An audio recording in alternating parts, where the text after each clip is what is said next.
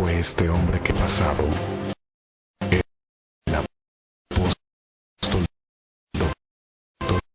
Otoniel Ríos Paredes, con claridad celestial, sembró la palabra verdadera del Evangelio, cosechando varias generaciones de ministros que invadieron mucho más allá de las fronteras de su patria.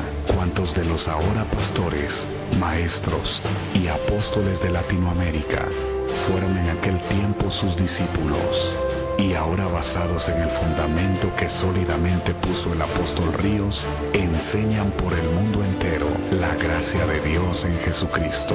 No es que adoremos a mortales, sino que reconocemos que a la excelente siembra de este hombre, Dios le ha dado extraordinario crecimiento. Ciertamente fue el hermano Otto un regalo de Dios para la iglesia, por lo que ahora queremos compartirlo con ustedes en esta serie de mensajes. Ahora con ustedes, el apóstol Dr. Otoniel Ríos Paredes, en su programa Verdades Bíblicas. Dr. Otoniel Ríos Paredes. El Dr. Otoniel Ríos Paredes nació el 26 de mayo de 1927 en el departamento de Jutiapa, Guatemala, hijo mayor de Moisés Ríos Vázquez y Antolina Paredes, quienes 2 años después del nacimiento de su primer hijo, procrearon a su segundo y último hijo, el doctor Mario Ríos Paredes. Desde muy pequeños, los hermanos Ríos Paredes fueron instruidos en la palabra de Dios, pues cabe notar que la primera iglesia evangélica, fundada en el departamento de Jutiapa, se abrió en la misma casa del matrimonio Ríos Paredes. El doctor Otoniel Ríos Paredes estudió la primaria en el departamento de Jutiapa, Guatemala, la secundaria en Quetzaltenango y su carrera universitaria en la ciudad de Guatemala, Guatemala, donde obtuvo el título de médico y cirujano en el año 1958. Era miembro de la Iglesia Evangélica La Cinco Calle y fue justamente allí donde conoció a quien posteriormente fuera su esposa, Blanca Reynoso Solís. El matrimonio se llevó a cabo el 9 de mayo de 1959 y ambos tuvieron 4 hijos: Jorge Otoniel, Óscar Rolando, Blanca Ligia y Miriam. Pese a haber sido engendrado en el Evangelio, no fue sino hasta el año 1963 que tuvo un encuentro real con su Salvador, evento que cambiaría su vida de tal forma que de allí en adelante abrió su Biblia para no volver a cerrarla nunca más. Fue más o menos por ese entonces que decidió predicar la palabra de Dios sin abandonar el ejercicio de su profesión como médico y cirujano. Para ello decidió, junto con su esposa, invitar a personas conocidas que quisieran escuchar y aprender de la bendita palabra del Señor. Dicha actividad la realizaba en su casa de residencia y fue así como empezó uno de los movimientos más grandes del Evangelio en Guatemala, pues cada día se agregaban más y más personas ávidas de escuchar ese poderoso Evangelio vivo y eficaz, capaz de transformar vidas. No importando si era detrás de un púlpito formal, un púlpito rústico o sin púlpito, cada día el anhelo por la predicación iba en aumento, de tal forma que en el año 1974 decidió dedicarse al servicio de Dios a tiempo completo. Como el número de personas que se reunía para escuchar las enseñanzas seguía creciendo, compró 3 terrenos en la zona 7 de la ciudad de Guatemala, en lo que hoy se conoce como Caminal Juyú 1. Allí se construyó la primera iglesia de lo que posteriormente se llamó Misión Cristiana Elim. Para cuando llegó el día de la inauguración oficial del templo, este ya se encontraba abarrotado, por lo que en un corto tiempo tuvieron que salir a un local más grande, pero siempre sucedía lo mismo, hasta ubicarse finalmente en un terreno ubicado en la colonia El Rosario, Misco, lugar que se constituyó en la Iglesia de Cristo Central, Misión Cristiana Elim. En el año 1994, el doctor Ríos presentó una crisis hipertensiva y a partir de allí, su salud empezó a desmejorar. Sin embargo, el apoyo incondicional de su esposa y familia y el amor que en múltiples ocasiones manifestó por el pueblo a quien servía, le motivaba a seguir predicando. En noviembre de 1997, enfermó gravemente y en dicha oportunidad se le realizó una traqueotomía para poderlo conectar a un respirador. Cuando su condición se estabilizó, se le dio egreso a su casa, pero su deseo por seguir compartiendo la palabra de Dios con sus pastores era tan grande que solicitó que por lo menos 1 o 2 veces por semana se reunieran en su casa para enseñarles, y para ello solicitaba que se le desconectara del respirador, y sacando fuerzas de flaqueza, les enseñaba durante 15 minutos con intervalos para reconectarlo por 5 minutos aproximadamente, pues el esfuerzo era extenuante. Para el Dr. Ríos, predicar fue el llamamiento más grande que Dios le hiciera jamás, y lo realizó hasta el último día, hasta que físicamente le fue imposible. Sin embargo, espiritualmente más robusto que nunca, con una fe firme, como él mismo respondía cuando se le preguntaba al respecto, firme como al principio. El Dr. Ríos, apóstol del Señor, hijo, esposo, padre, pastor y amigo ejemplar, partió a la presencia del Señor el 3 de mayo de 1998, dejando tras de sí muchas iglesias fundadas en el norte, centro, Suramérica, Europa y el Caribe, y muchas enseñanzas que han sido y seguirán siendo, generación tras generación, una gran herramienta para la expansión del reino de Dios. Yo quisiera más que usted me recordara porque le amo, que por lo que le pude haber enseñado de parte de Dios. Dr. Otoniel Ríos Paredes.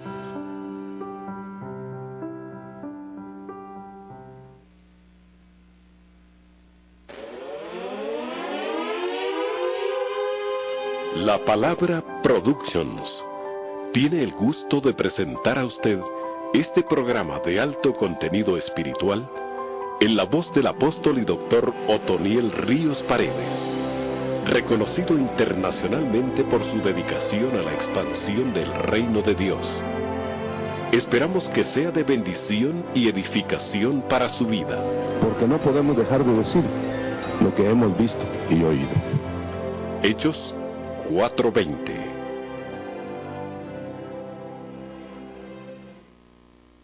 Bien, no podemos darnos por el lujo de decir esto es ya así y lo demás no puede ser.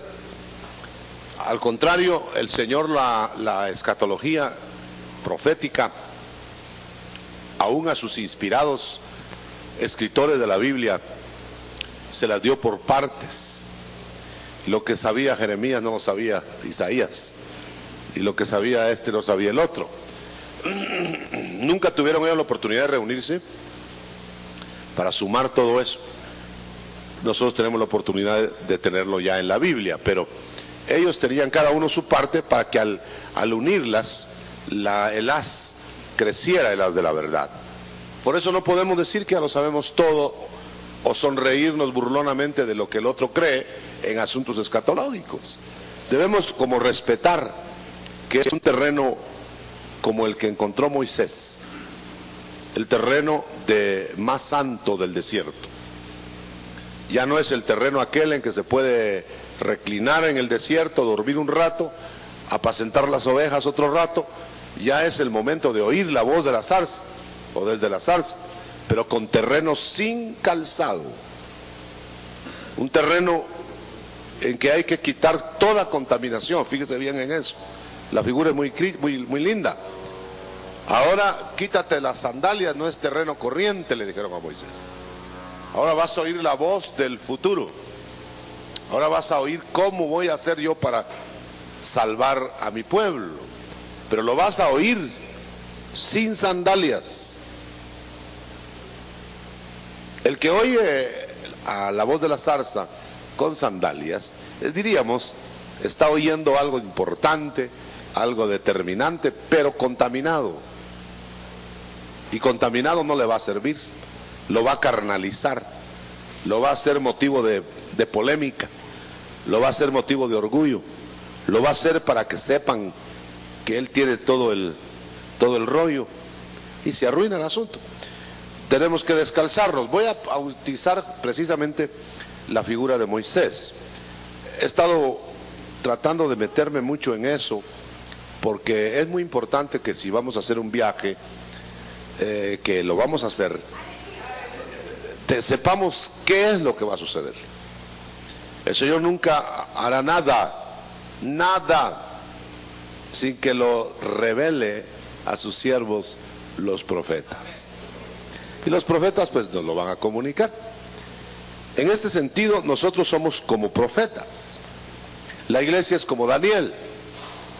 Solo él tenía el secreto del encalado, de las letras del encalado de la pared, los juicios de Dios.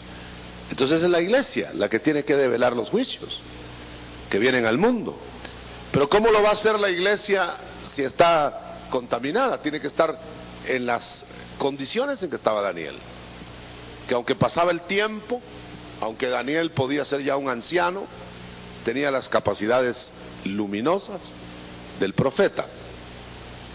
Entonces lo más importante para nosotros como profetas, porque en parte predicamos y en parte profetizamos, así dice Pablo, es descontaminarnos para que nuestra mente no fabrique castillos en el aire, hermano. No saque figuras de donde no existen.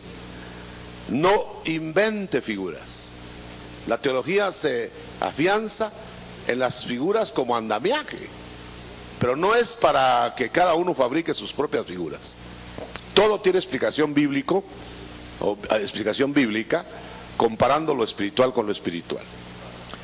En el caso de Moisés, así como en el caso de José, que ya vimos, yo quiero esta mañana dejar un panorama así preciso, hasta donde se puede hablar de precisión en escatología, como repito, en la llamada o el llamado a Moisés. La primera intervención quizás sería en estos días, quizás lo estamos viviendo ya, es que los que vamos a participar en la incursión a la liberación del pueblo de Dios final, vamos a apoyarnos en las figuras del Éxodo. Vamos a ver, por ejemplo, lo primero que hace el Señor es preparar un Salvador. Ya eso se remonta hasta el nacimiento de Cristo en Belén. No vamos a regresar en esos renglones, pero nace, crece, rechazado, y todo eso ya lo vimos. Pero está por regresar. Ahí estamos ya actualizados. Estoy hablando de Moisés. Usted y yo debemos pensar en Moisés y en lo que él representa, o sea, nuestro Señor Jesucristo. Para Israel, el Mesías; para nosotros, el esposo. Y él tiene los dos papeles: el papel de esposo de la gentil y gobernante, salvador, Mesías diríamos, de los judíos. Entonces, lo primero que sucede después de preparar al Salvador y ponerlo en condiciones de venir, es que es requerido anticipadamente para una misión segunda que va a ir a liberar a Israel. Pero le requieren primero el ordenamiento. Ya la persona está preparada, él está preparado, pero le requieren el ordenamiento de su casa. Y esto, si usted lo pone paralelo a que es necesario que el juicio de Dios empiece por la casa, ¿y a dónde irán a parar los pecadores? Dice, si empezó ya por la casa. Pensemos en aquella posada a medio camino hacia Egipto. No voy a tomar todos los detalles que ya conocemos, voy a ver algunos ángulos nuevos tal vez, o para algunos, o de remachar, insistir para otros, como lo es que curiosamente, cuando se preparaba la incursión de Moisés, no estaba preparada su esposa. Actualicémoslo. ¿Quién se atrevería a decir ahora que la esposa del Cordero, la novia, está preparada?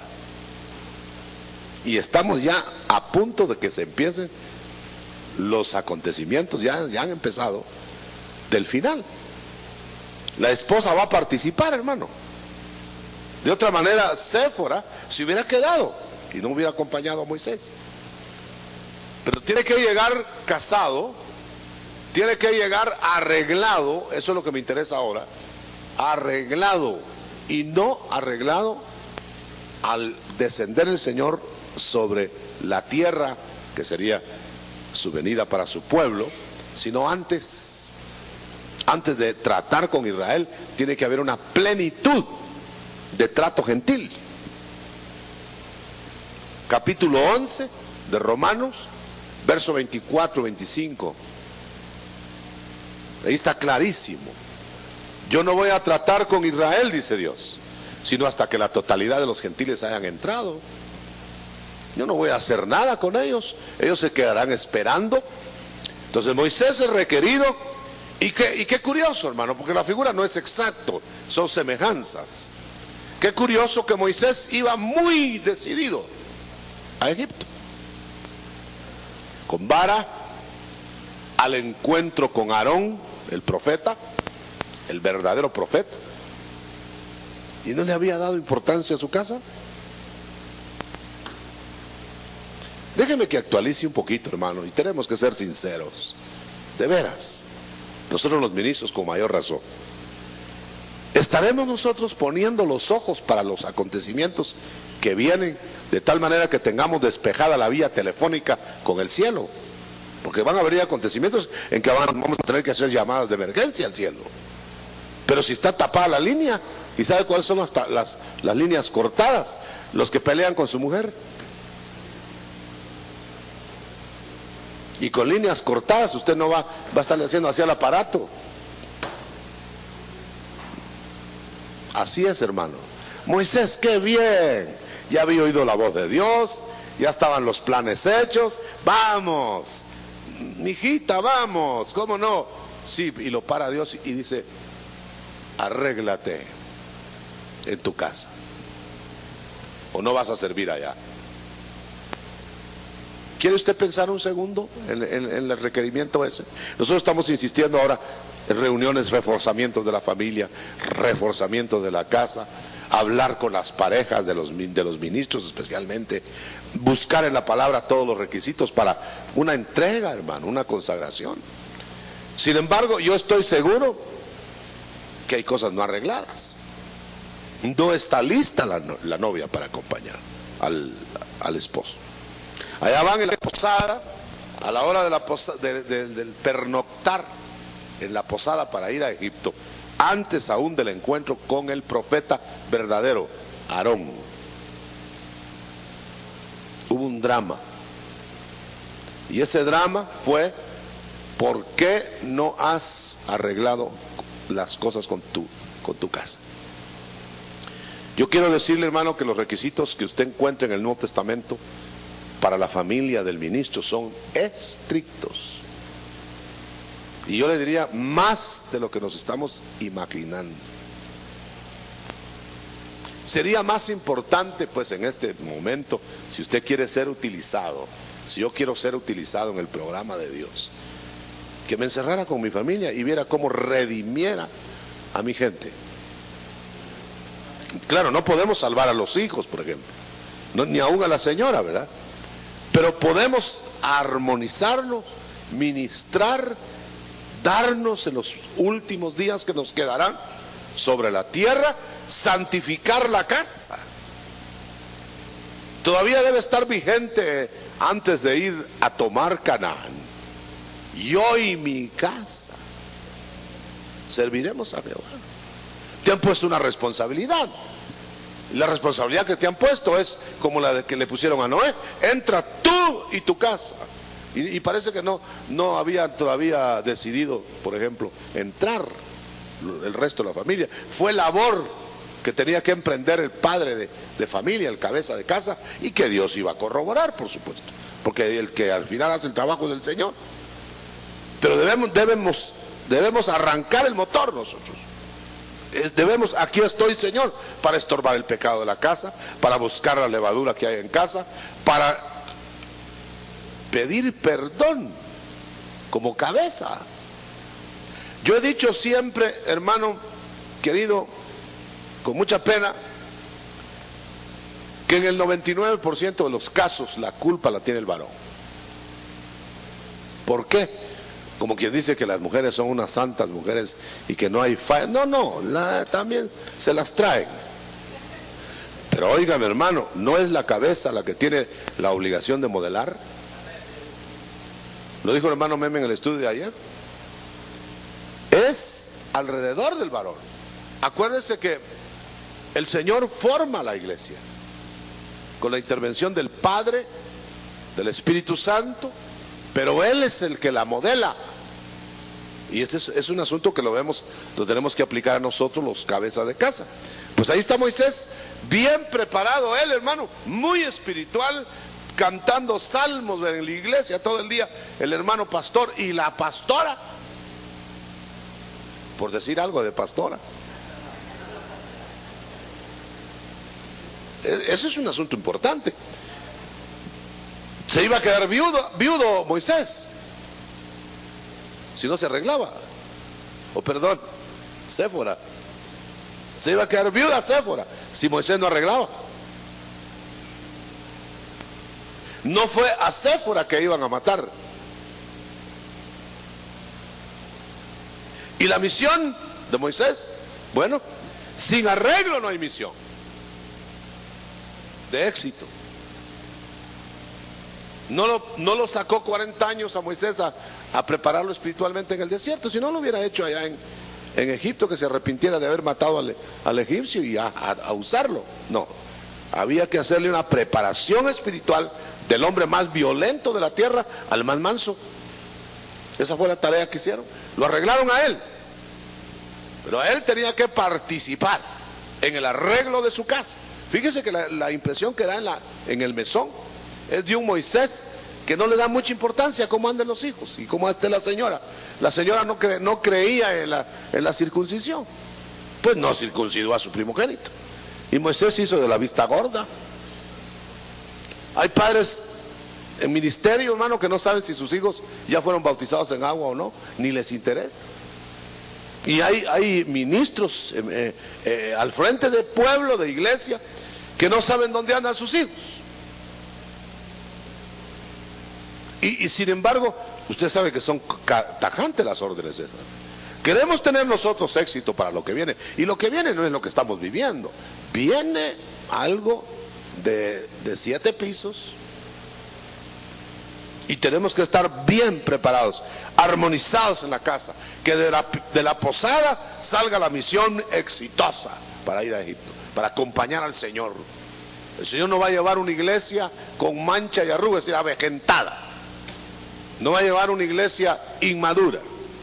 La tiene que madurar acá, en el camino. La tiene que dejar sin mancha, ni arruga, ni cosa semejante, acá. Eso no es en el cielo.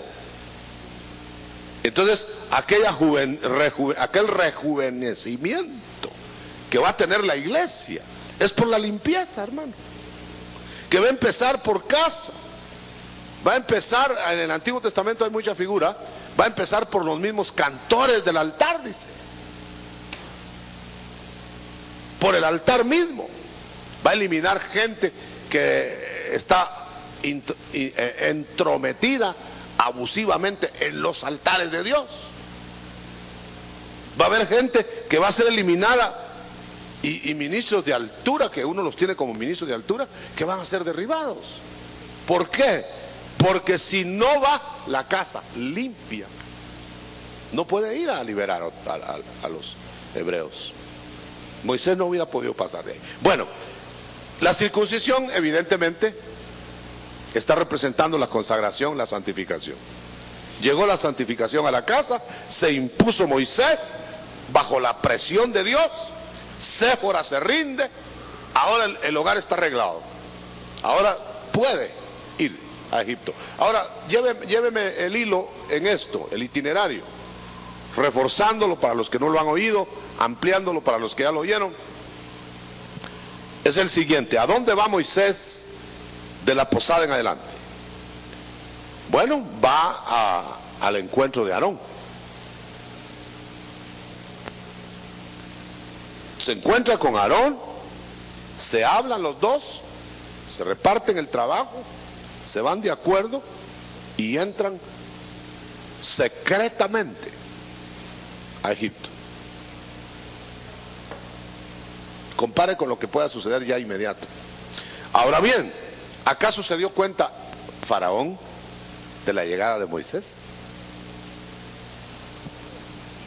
No se dio cuenta Faraón. Y van a venir, por eso tiene que venir un profeta juntamente con el Mesías, y se va a anticipar el profeta y va a venir a preparar todo desde el punto de vista. Usted sabe que el anticristo y el falso profeta son imitación de esto que estoy hablando. El falso profeta ya está operando en el mundo, la institución, el espíritu, aunque no tal vez el personaje. Pero ese personaje, a la manera que Aarón preparó el camino hablando para Moisés, así se va a preparar el falso profeta el camino al falso Mesías. Pero como el falso Mesías va a operar hasta los 3 años y medio finales, entonces no tiene mucha acción ahora. La acción que va a tener es el falso profeta. Como el Aarón de Moisés entró a hacer las señales a donde correspondía, no con Faraón. Faraón estaba durmiendo en su palacio. Bueno, ya entró secretamente, una entrada secreta de nuevo al mundo. ¿Qué le suena a eso? ¿La parucía? ¿Las parucías? Ya vino por su pueblo, bueno, y va a entrar. Ahora bien, ¿a quiénes visita? Todavía en la fase secreta. Visita a los ancianos de Israel y al pueblo de Israel. ¿Para qué? Acuérdense que hacía 40 años que se había ido. Ya apenas se acordaban de él. Ya venía encanecido. Y está ahora frente a ellos diciéndoles que acaba de hablar con Jehová. Dice, pero si la última noticia que teníamos era que estabas peleando con un egipcio y lo mataste. Sí, pero yo acabo de hablar con Jehová. A ver, ¿y cómo está eso? Y les empezó a contar. Y Aarón ahí, y empiezan a hacer maravillas con la vara. Eso es lo que va a suceder ahora. La iglesia tiene que prepararse para ver la vara en acción. Pero tiene que prepararse primero ella, la iglesia. No se va a preparar, no va a entrar de lleno al palacio de Faraón. Primero convencido el pueblo consagrado, o que se consagró. Ya la esposa va con él. El pueblo que se consagró para lo que viene está con él. Entonces, junto con los ancianos, Aarón, el pueblo, Moisés, se van a Faraón. Quiere decir que cuando Faraón ve, gracias hermano, cuando Faraón ve la comisión que viene de fuera de Egipto para demandar la liberación de Israel, fíjese bien, ya va todo el equipo, hermano. Esto le prueba a usted que primero el Señor tiene que preparar a su pueblo, porque es el pueblo el que va a entrar en acción. El Señor va a entrar en acción por medio de su pueblo, para la liberación del resto de su pueblo Israel. Entonces nosotros vamos a ver cómo Séfora, aunque es presentada al pueblo de Israel, y por cierto no les gustó Séfora, ¿verdad? Después no participa, sino que regresa con su padre, el suegro de Moisés, y se queda ya la batalla el avance para el desierto. Todo esto tiene implicaciones maravillosas, porque la iglesia, de cierta manera, como institución, va a participar de todo eso. La iglesia no está siendo preparada ahora para desaparecer, le llamo yo, como en las novelas, ¿verdad? Y se casaron y vivieron muy felices y ahí terminó la novela. Pero esto no termina ahí la novela, ni en novela. Aquí la iglesia se está preparando para un enfrentamiento, para una liberación literal en la tierra, para una preparación completa, para ir al pueblo que hay que preparar, para que ese pueblo entre a la liberación del resto. Fue con Moisés y sus ancianos de Israel y el pueblo de príncipes que enfrentó a Faraón. Ahí está Moisés, ahí están los ancianos, ahí están los príncipes. Ese es el conglomerado que va a enfrentar en la tribulación. Por eso ahora tenemos mucha dificultad por haber rotulado tal vez mal o muy precipitadamente los grupos. Tenemos dificultad en diferenciar dónde va a estar la iglesia, cuál es la iglesia, cuál es la novia, tenemos dificultad porque los rótulos están como confundidos. Hay que ordenarnos, reordenarnos. Por ejemplo, desde luego va a haber un traslado a una nueva dimensión de un grupo cuando el Señor descienda a la tierra, que va a formar parte de su familia. Séfora, preparada ya en intimidad con el Señor, con Moisés, y acompaña a Moisés. Pero los tratos son ya de otro tipo. Ya no tiene que ver Séfora. Séfora está en su casa. Séfora está con sus hijos, cuidando a sus hijos. Está atendiendo los asuntos de la casa. Ahora el problema es con el faraón que se ha levantado en el mundo y que lo han preparado ya. Nosotros estamos en los albores de eso, yo lo siento con mucha claridad. Ahora, por supuesto, la iglesia ha sido enseñada como iglesia, como entidad, que toda se desaparece y se va, hermano. Como que vienen dos a un enfrentamiento y uno de los dos se desaparece, ya no va a haber enfrentamiento. Entonces, más bien debe ser como Mahanaín. Vienen dos campeones de peso completo, Jacob, Esaú, y no hubo enfrentamiento en ese caso, porque uno de los dos fue sublimado por medio de las visiones angélicas, por medio del trato, revolcándose en el polvo del desierto para ser transformado. Aquel Jacob se convierte en Israel. Nosotros estamos viendo en el Medio Oriente tantas cosas, hermano, que nos van a sacar de nuestro ensimismamiento.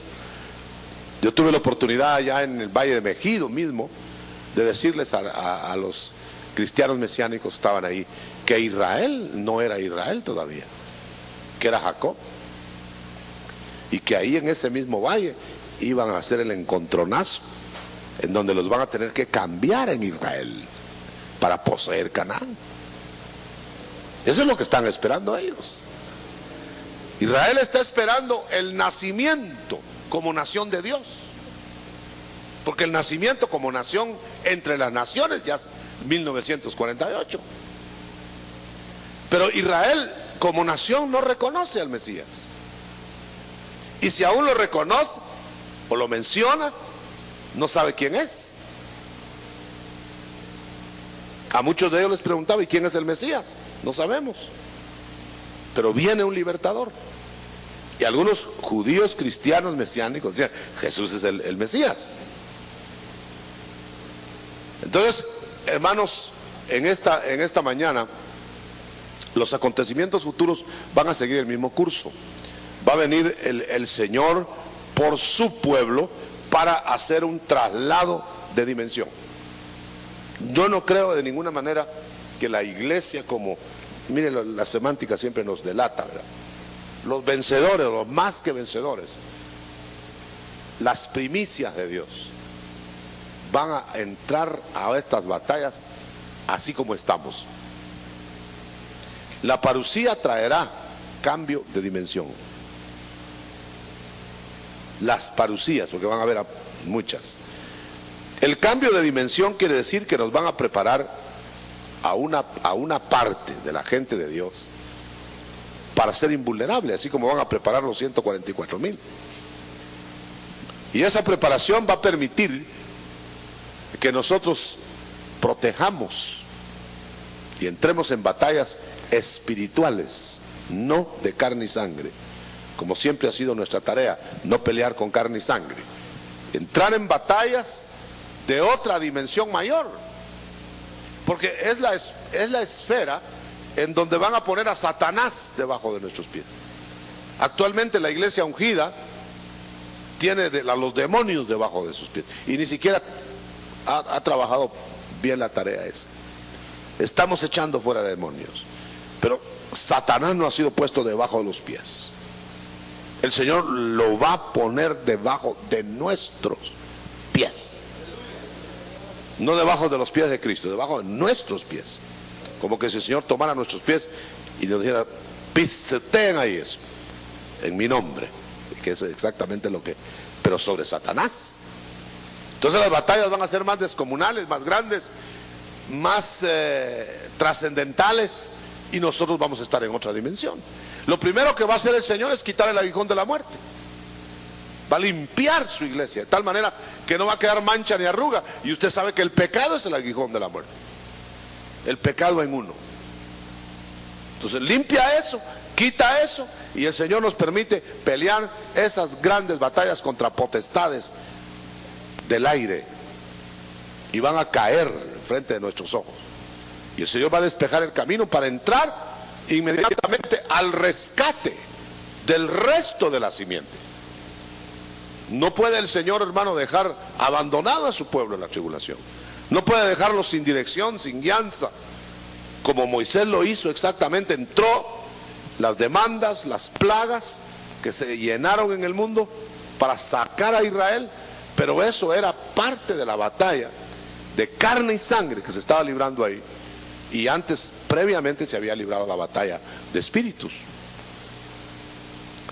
Una vez que Israel sale de Egipto, viene la ruta de la vida abundante en Canaán y el resto. O sea que la figura nos lleva a pensar cuál va a ser la ruta de lo que hemos llamado iglesia. ¿Y cuál es la iglesia? Si usted quiere que definamos cuál es la iglesia, vamos a tomar el ejemplo de Israel. ¿Cuál es Israel? ¿Quién es Israel?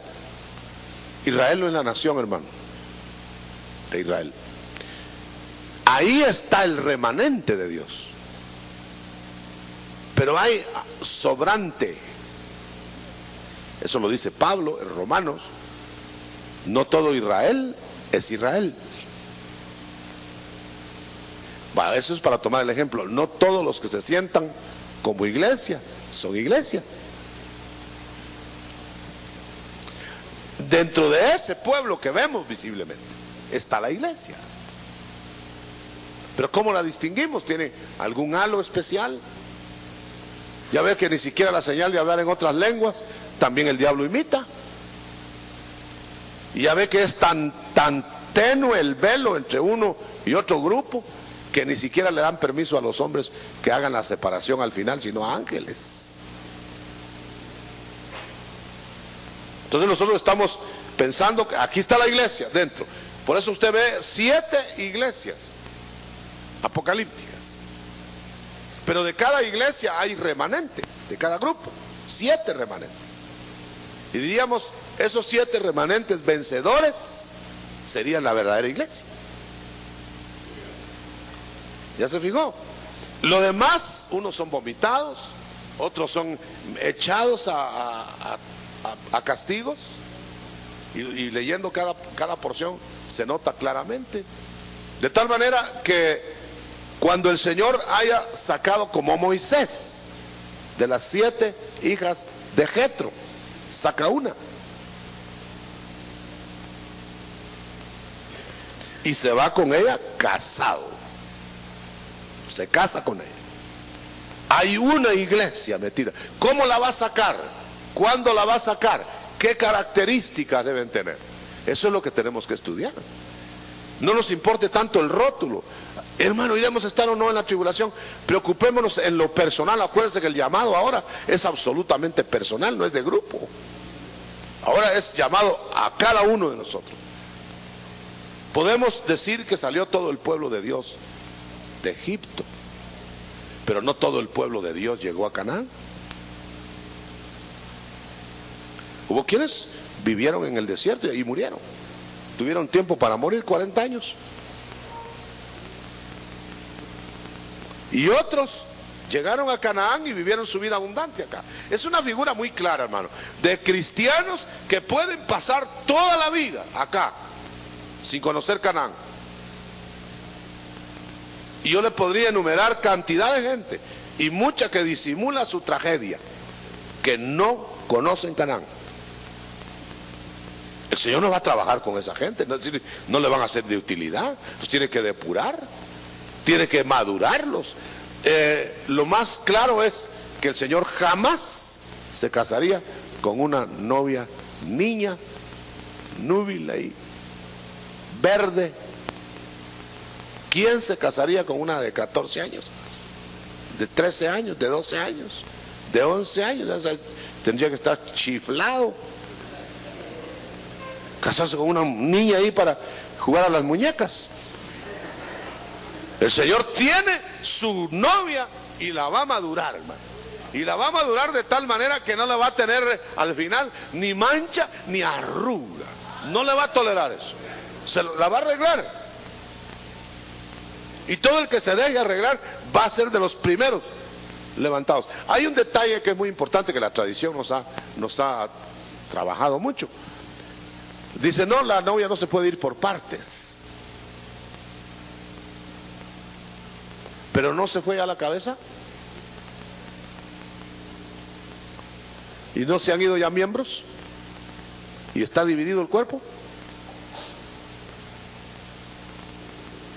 ¿No trata el Señor según sean las entregas? Yo creo que eso es lo que va a suceder. El Señor va a levantar gente que se ha dejado madurar. Ya ve que un Enoc que se va cuando no era asunto de traslados. Un Elías que se va no era asunto de traslados. Gente que se va a ir cuando vengan los traslados de la parucía. Gente que está siendo preparada para entrar a llenar la tierra y a trabajar asuntos terrenales. A todos no los llama al altar. A otros les dice, tú trabaja en tus negocios para no tener que pedir a nadie. Y sé de los que van a sostener la obra. Les asigna su tarea. Nosotros siempre pensamos que todo el éxito tiene que ser en un altar y predicando. No ni siquiera dirigiendo, predicando. A eso le llamamos ministerio. Y el que está sosteniendo la obra, ese no es ministerio. Mejor si la sostiene y se va, ¿verdad? Pero que deje el sostén. Tan ministerio es uno como el otro. Entonces el Señor quiere preparar su iglesia de tal manera que no creamos, hermano, que como me dijo no sé quién, solo los pastores nos vamos a ir como novia, dijo. Qué lindo, ¿ah? Y a veces la iglesia tiene más dificultades con los pastores que con las ovejas. Sin alusiones personales, ¿verdad? Pero nosotros somos muy dificultosos, porque hemos dividido el cuerpo de Cristo como por sectores. Esta es la parte mía, esta es la parte... ¿Se recuerda a 1:12 de 1 Corintios? Yo soy de Pablo, esa era la sección de Pablo. Ni siquiera Pablo lo incitó a eso. Él no era carnal. Los carnales eran los que estaban debajo del ministerio. Y dice, yo soy de Pablo. ¿Y tú de dónde? Yo de Apolos. Ah, yo de Pedro, dijo el otro por allá. Y yo no tengo a ningún hombre, dijo otro por allá. Solo Cristo. Y en ese amén que acabo de oír, estoy oyendo como quien dice, yo también no tengo a ningún humano sobre mí. Eso fue lo que dijeron ellos. Usted sabe que hay gente que dice, no, mi pastor es Cristo. Dice. Como que dice usted, pastor, a mí no. Todo humano necesita autoridad humana, delegada. al asunto de averiguar si realmente es delegado, ¿verdad? Ese es el asunto. Bueno, entonces ordenemos acá, hermano. Mire, volvemos a sostener, y queremos más luz en eso, y queremos más aportación y más estudio, que va a venir una visitación del Señor primero para sus líderes, parucíamente hablando. Va a aparecer, luego a su pueblo, complementándolo hasta reunirlo, y luego incursionar en la tribulación. El Señor viene a hacer juicios y dice que se levantará de su trono y no regresará, dice Oseas, hasta que no haya cumplido lo que viene a hacer. No se va a quedar a medias lo que viene a hacer, no va a dejarlo a la mitad. Él se va a levantar del trono y va a descender, porque dice, descenderá del cielo, dejando su trono para trabajar todo lo que tiene que trabajar acá. Se quedaron pendientes 3 años y medio de los otros 3 años y medio para que fueran 7.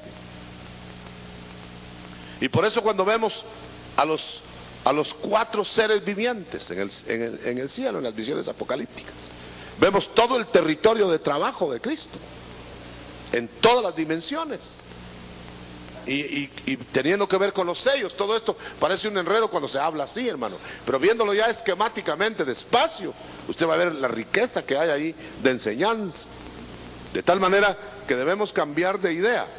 La iglesia, acompañando a Cristo, participará de los más grandes acontecimientos sobre la faz del mundo. No hará una gira de luna de miel a saber por qué planetas, mientras aquí se está ardiendo la tierra en los grandes juicios. Nosotros vamos a participar. No dice que el que esté de vestidura blanca se sentará con él y le dará que gobierne las naciones y que haga juicios y que juzguemos aún a los ángeles. No vamos a andar de vacaciones, ahí es la hora de juicios. Pero ¿quiénes van a estar haciendo los juicios? Los dignos de escapar de todo esto. Yo he estado dando la alarma insistentemente, es decir, asediado por el Señor, por el Espíritu Santo, para que el pueblo se prepare espiritualmente. Hay pueblo que se está preparando con abastos de enlatados y luego piensan en la barriga. Preparémonos espiritualmente primero. El Señor añadirá carne, aunque sea con cuervos. Pero sí es importante que en esta mañana, yo he notado que en los seminarios que hemos tenido, luego coge giro devocional lo que estamos enseñando. En esta mañana, la intención del Espíritu es que ustedes, los ministros, su servidor a la cabeza, si usted quiere, pensemos en la consagración. Ya no queda mucho tiempo, hermano, pero que una consagración integral. Ya no pensemos tanto que si será que este grupo, que el otro grupo, que el otro grupo. Déjense, va a suceder lo que Dios quiere que suceda, aunque usted lo piense de otro modo. Más importante es que esta mañana nos sintamos como Moisés con su familia en la posada. Vamos a ir a Egipto a trabajar con el Señor. Vamos a ir al mundo a juzgarlo, ¿cómo no? Pero nos van a juzgar primero en la posada. Y esta mañana quiero utilizarla. El Señor sabe por qué. Más que en datos escatológicos. ¿Cómo estás en la posada para los acontecimientos que vienen? Moisés estaba mal. Más bien la familia de Moisés estaba mal. ¿Cómo está tu familia? Y tú y yo somos responsables de nuestra respectiva familia. Que vayas armonizado con tu gente, hermano. Vas a servir de mucho. Armonizado con tu gente. Seamos más concretos, mis hermanos. No es que yo sepa nada de nadie. ¿Cómo están las relaciones amistosas, de diálogo, con la que escogiste de compañera de tu vida para toda la vida?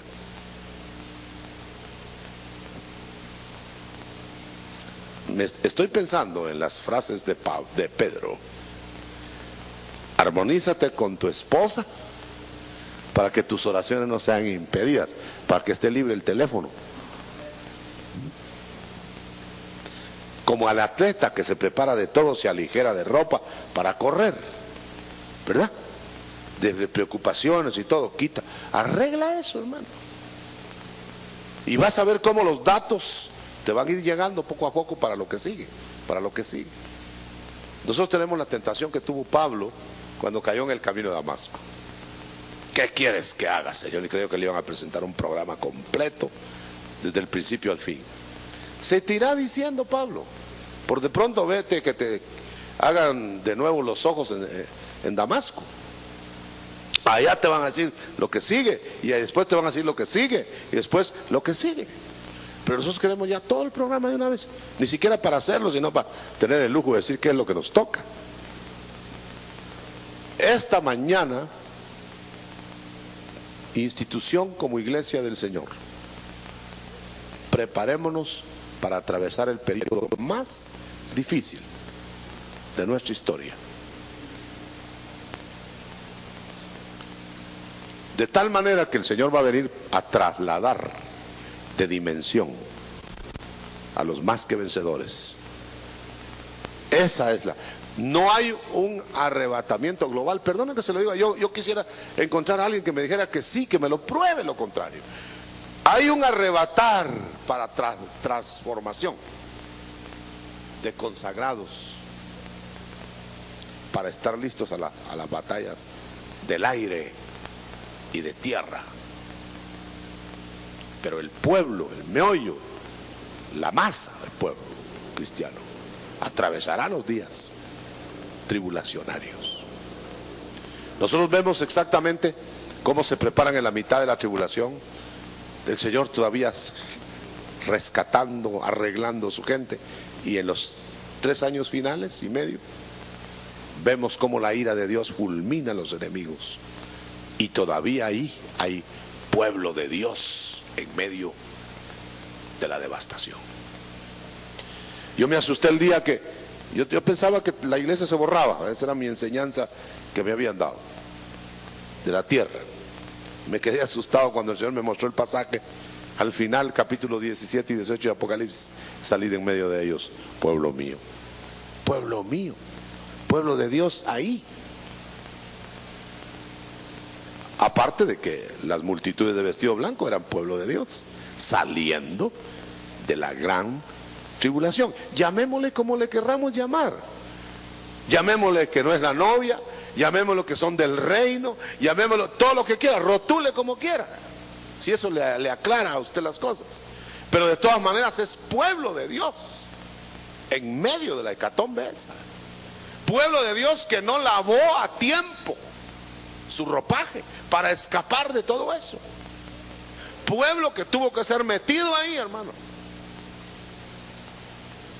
Y yo tengo que leer nada más los 2 versos claves. La iglesia de Tiatira y la otra, la iglesia de Sardis. La de Sardis representa, si usted lo lee despacio,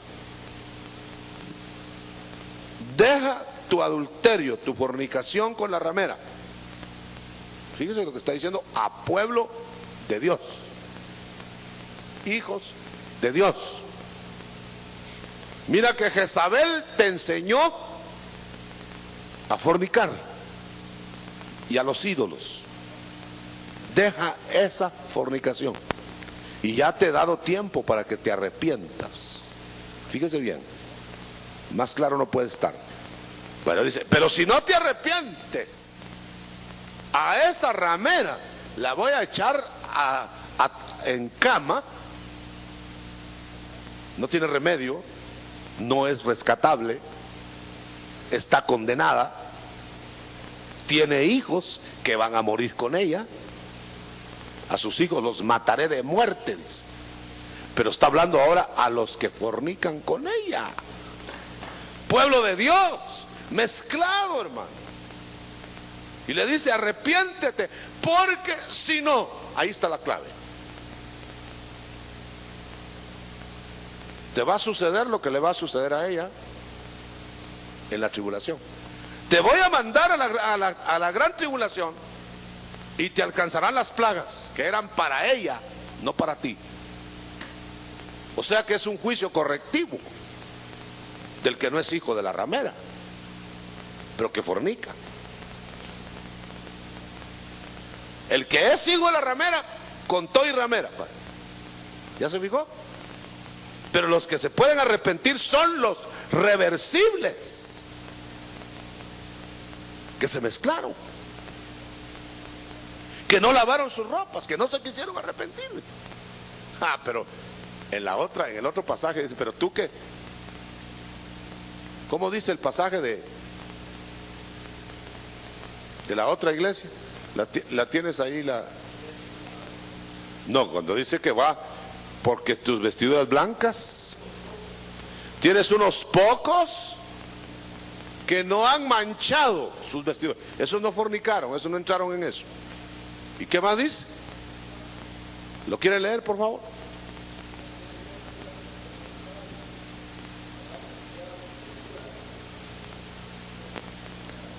Sigue más.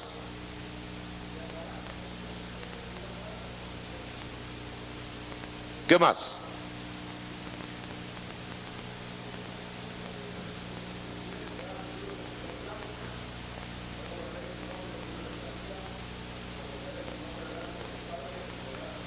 Bueno, ellos tienen un final diferente a los que van a ser echados con la ramera por fornicar. No son hijos de la ramera, son fornicarios con la ramera. Y los hijos de la ramera eliminados. Ahí están las tres clases. El que se va trasladado antes de, el que se es protegido al arrepentirse, y los eliminados definitivamente porque son parte de la ramera. Entonces nosotros, hermanos, en esta mañana debemos de parar mientes y de pensar realmente cuál es nuestra ubicación. ¿Cuál es la ubicación que nosotros tenemos? Si en realidad hemos entendido los panoramas que se han estado dando y que se va a insistir en dar esquemáticamente, vamos a sacarlos en el próximo Espigando, para que tenga usted un apoyo ahí donde ver las figuras, las acotaciones, las comparaciones, para que nosotros estemos preparados, porque no se encuentra en ninguna parte. Ahora que vienen las preguntas, tal vez sale algo de eso. El traslado total de los salvos antes de la tribulación. Hasta aquí vamos a exponer. Me interesa mucho el micrófono, hermano, y los papelitos de preguntas, porque es ahí donde se aclaran más las dudas que están, las inquietudes que hay, hasta donde es posible aclararlo. Si reparten los papelitos, quedan las preguntas y preguntas orales. Sí. Mientras vienen las preguntas, para no perder tiempo. Amén. Hermano Otto, llama la atención en Apocalipsis 2:20, que es el pasaje que se está citando, que dice: enseña y seduce a mis siervos. Claramente, claramente. ¿Oyeron eso? En la cita de los que son invitados a salir de Babilonia, que es pueblo de Dios. Dice que Jezabel no engañó a los hijos de la ramera, engañó a los que fornicaron con la ramera, y le llama mis siervos. Dios hizo que mis siervos fornicaran, idolatraran, y les invita: arrepiéntense, son reversibles porque son de Dios. Entonces la tribulación va a ser un encontrar a los que son de Dios y rescatarlos en medio del fuego de juicios parciales. Gloria sea al Señor. Hay esperanza para el pueblo de Dios de una o de otra manera, pero es mejor escapar, ser tenido por digno de escapar antes de todas las cosas que vienen. La invitación ahora es: escapa, como con Lot, escapa por tu vida, no mires para atrás, huye de Sodoma, y Sodoma va a ser ejecutada, va a ser quemada. Para eso no hay remedio. El Señor viene para salvar lo salvable, no viene para salvar a todo el mundo. Allá atrás, hermano. Cuando venga Elías habrá una restauración de la familia. Esta restauración, ¿cómo será y en qué tiempo será? No tiene nada que ver con la iglesia. No, las familias es un trabajo que Dios ha reservado. Acuérdense ustedes que hay mucho misterio en eso, a lo menos hasta esta altura, porque inclusive Juan el Bautista, cuando vino la primera vez el Señor, estaba restaurando familias, familiarmente, estaba. Y Elías dice que también hará lo mismo. Tiene un interés el Señor en familias. Ahora, ¿cómo lo va a hacer? Pues en cada sector, en cada contexto de grupo, va a haber una manera diferente de tratar. Diferentes eran las familias en los tiempos patriarcales, diferentes las familias en los tiempos de la ley y de la gracia y del desorden que hay ahora en el mundo. Entonces el Señor va en cada gremio, en cada grupo, va a tratar a su debido tiempo y en la forma que corresponda a cada grupo. Así que no podemos dar datos generales cómo va a ser. Pero tenga usted seguro, hermano, que la familia tiene protección de los hijos de luz. Porque si no serían inmundos, dice, sobre todo cuando hay hogares no integrados. Puede ser el esposo impío, la hermana una santa, mujer de Dios, que ya lo encontró el Señor en el hogar así unido. Y siguen unidos, dice, que esa luz santifica a los hijos. Si no serían inmundos, dice. Pero eso no quiere decir que los salva, porque no se hereda la salvación. Pero va a haber alguna manera de llegar a ellos. Ahora, los métodos que el Señor tiene son muchos, hermano. Él tiene todo a la mano para hacer la integridad o la reintegración de la familia. Amén. Hermano, disculpe, solo quería preguntarle con respecto al arrebatamiento. Entonces no se puede hablar ahora de un arrebatamiento en masa o de un traslado en masa, sino solamente serían traslados o arrebatamientos individuales. Diríamos, hermano, que va a reunir a los que va a trasladar, pero no va a trasladar a todos, porque dice que debemos rogar ser tenidos por dignos de escapar. Es un premio. En un premio el premio no lo reciben todos. En una carrera, ¿qué era la lucha de Pablo? La lucha de Pablo era alcanzar el premio, no alcanzar la salvación con lo que estaba haciendo. Alcanzar Canaán era producto del mérito que hacían en el desierto. Pero salir de Egipto no era por mérito, fue por la sangre del Cordero. Entonces la salvación es por la sangre, pero el momento de despegue de cada cristiano en la entrega es diferente, hermano.